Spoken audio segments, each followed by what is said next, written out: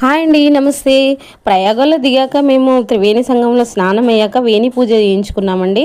వేణి పూజ అంటే మాకు ముందు తెలియదండి.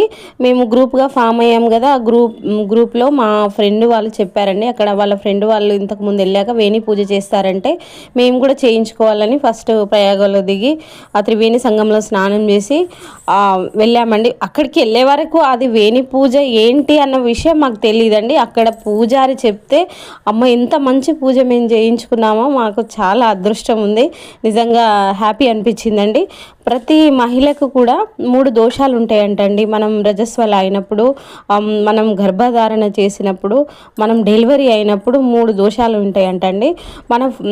మనం రజస్వల దోషం మాత్రం మన కన్న తండ్రి మనకు కన్యాదానం చేసినప్పుడు పోతుందటండి. మిగతా 2 ఈ వేణి పూజతో వెళ్తాయంటండి. మనకు మ్యారేజ్, వేణి పూజ, షష్ఠి పూర్తి లైఫ్లో, ప్రతి ఒక్కరి లైఫ్లో ఈ 3 ఉంటాయంటండి. మళ్ళీ చేసుకోవడానికి ఉండదు. ఒకసారి ఒక జంట చేసుకుందంటే ఇంక అంతే, లైఫ్ టైం అది అన్నట్టు. అలా చాలా బాగా జరిగిందండి.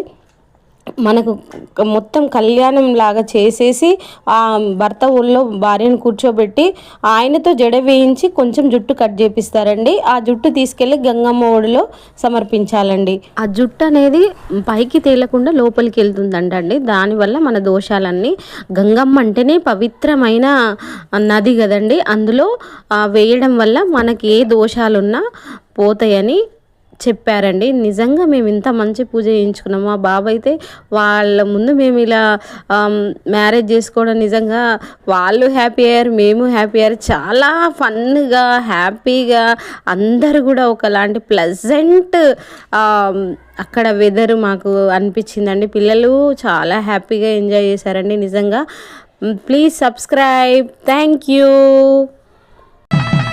నా జీవితానికే ఆధారము అయి నిన్ను అల్లింది దారము,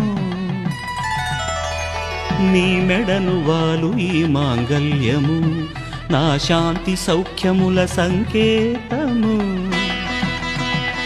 ఈ సూత్రముతో నీవు చిరకాలము వర్ధిల్లితే నాకు అది క్షేమము.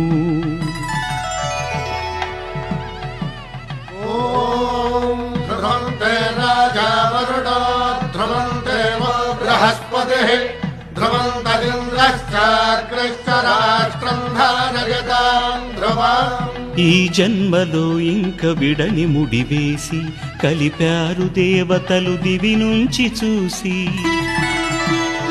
ఈ బ్రహ్మముడి ఇద్దరిని ఒకటి చేసి దాంపత్య రాజ్యాన్ని ఏలమంటుంది.